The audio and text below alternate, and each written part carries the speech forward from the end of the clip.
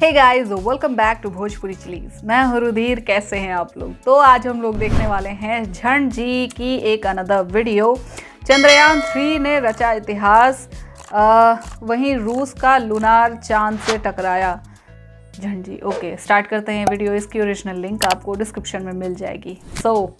गौरवान्वित हो या नहीं हो ये बताओ मुझे, हैं? कितनी गौरव की बात है, हमारे देश का चंद्रयान 3 है ना। और पहला ऐसा यान है वो भारत से, दुनिया का पहला ऐसा यान है जो चंद्रमा के साउथ पोल पर पहली बार उतरा है। यस, तो ये बहुत बड़े गौरव की बात है, सीरियसली। सो स्टार्ट करते हैं वीडियो। इसकी ओरिजिनल लिंक आपको डिस्क्रिप्शन में मिल जाएगी।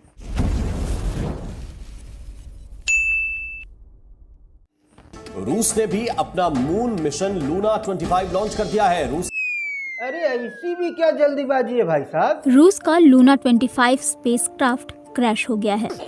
हो गया, करवाई लिए बेइज्जती। भाई आगे स्वाद नहीं मतलब 25 साल बाद इनको याद आया कि हमको भी चांद के साउथ पोल पर सॉफ्ट लैंडिंग करनी है भाई साहब। वो भी ऐसे समय पर जब भारत का चंद्रयान 3 उसी रास्ते पर निकल पड़ा। बट इनके पास रुपया पैसा, ऊपर से पावरफुल रॉकेट, ऐसे चुटकी बजा के चांद के साउथ पोल पर ले जा करके अपना मिशन ऐसे पटक देंगे।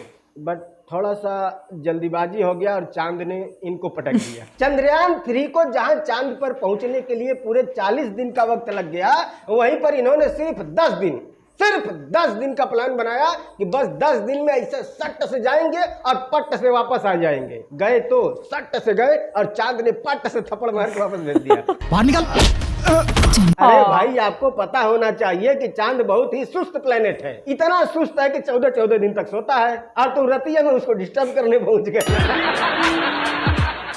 देखो भाई, हो सकता है कि आप लोगों को लग रहा होगा कि मैं साइंटिस्टों का मजाक उड़ा रहा हूं, तो भाई ऐसी बात नहीं है। मैं दुनिया भर के सभी साइंटिस्टों का रिस्पेक्ट करता हूं, खास करके हमारे इसरो के साइंटिस्ट, जिनके अंदर धैर्य है, क्षमता है और अपनी गलतियों से सीख लेकर कुछ कर गुजरने का जुनून भी है। और आज उसी जुनून का सबूत है चंद्रयान 3, जो अभी कुछ ही घंटों में चांद के ऊपर लैंड करके पूरी दुनिया में भारत का नाम रोशन करने वाला है। हमारे साइंटिस्टों का धैर्य का प्रमाण ये है कि हमारा चंद्रयान 3 जो है पूरे 40 दिन लेगा चांद पर सॉफ्ट लैंडिंग करने के लिए, जिसमें से 39 दिन हमने कंप्लीट कर लिए हैं। बस अब कुछ ही घंटों में भारत दुनिया में कर चुका है रचने वाला है। चंद्रयान 2 2019 में लॉन्च किया गया था, जिसमें एक ऑर्बिटर था और एक विक्रम लैंडर, जिसको चांद के साउथ पोल पर सॉफ्ट लैंडिंग करनी थी, बट किसी कारणवश सॉफ्ट लैंडिंग नहीं कर पाया। अब इस मिशन को कुछ लोग फेल बताते हैं, बट मैं तो इसको फेल नहीं मानता हूं, क्योंकि 2019 में भेजा गया चंद्रयान 2 का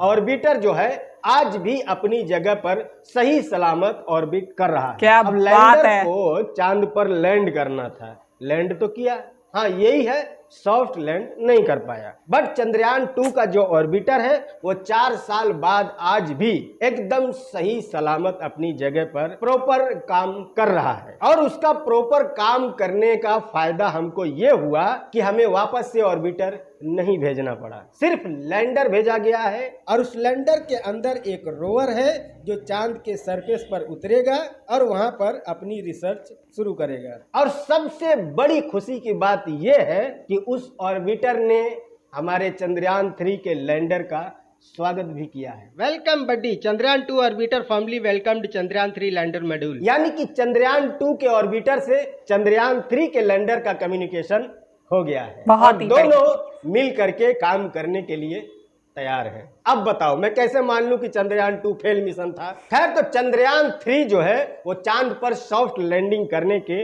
बिल्कुल आखिरी पड़ाव पर है, कर चुका है वैज्ञानिकों की माने थोड़ा सा 100% पहले की वीडियो है, इसलिए पूरा चांस है तब तक कि हमारा जो लैंडर है चंद्रयान 3 का वो बिल्कुल सेफली चांद के साउथ पोल पर एकदम सॉफ्ट लैंडिंग करेगा। चंद्रयान 3 को 14 जुलाई को लॉन्च किया गया था और उसको पूरे 40 दिन का सफर तय करके चांद पर जा करके सॉफ्ट लैंडिंग करनी थी, जिसमें से चंद्रयान 3 39 दिन का सफर पूरा कर चुका है। बस कुछ ही घंटों में वो चांद पर सॉफ्ट लैंडिंग करके पूरी दुनिया में भारत का लोहा मनवाने के लिए तैयार है। और बस यही बात जो है वो दुनिया में बैठे कुछ लोगों को खटक रही थी। उनको लग रहा था कि अरे भैया पूरी ब्रह्मांड के खोज करने वाले तो हम लोग हैं और इतिहास इंडिया रचेगा, ऐसे कैसे हो सकता है। फिर क्या था, रसिया का लूनार 25 जो कि 2025 के लिए तैयार किया जा रहा था, उसको फटाफट करके जल्दी से तैयार कर दिया गया। 2025 में तैयार होना था, वो सिर्फ टाइम चाहिए था अंदर उसे। में इंडिया के चंद्रयान 3 को पछाड़ करके चांद पर जाके सॉफ्ट लैंडिंग कर देगा। और फिर क्या, ये इतिहास भी रसिया के नाम होगा। अरे देवा, ये गड़बड़ है बाबा।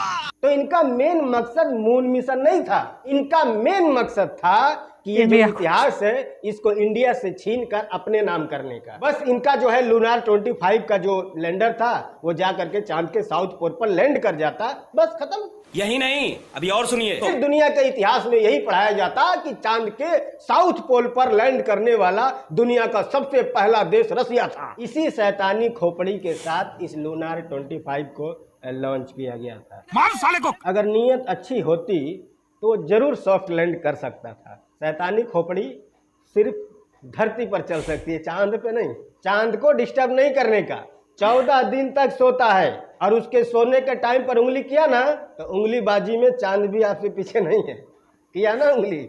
और ये सारी बातें इंडिया को बताई थी चंद्रयान 2 ने। और भारत ने उसी से सीखा था कि चांद जब सो रहा हो तो उंगली नहीं करना है। इसीलिए हमारा चंद्रयान 3 जो है चांद के जागने तक का इंतजार कर रहा है। जैसे ही चांद पर सूर्योदय होगा वैसे ही हमारा चंद्रयान 3 पूरी दुनिया में चमकेगा। तो बस कुछ ही वक्त का इंतजार है, उसके बाद तो फिर वंदे मातरम।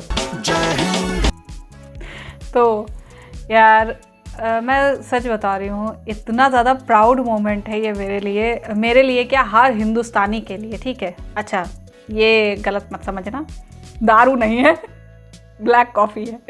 ठीक है, तो मतलब इतना ज़्यादा सच्ची में ये प्राउड मोमेंट है हम सभी हिंदुस्तानियों के लिए, सभी देशवासियों के लिए कि यार चंद्रयान 3 जो है अब जिस टाइम मैं ये वीडियो बना रही हूँ लैंड कर चुका है वहाँ पर। ठीक है,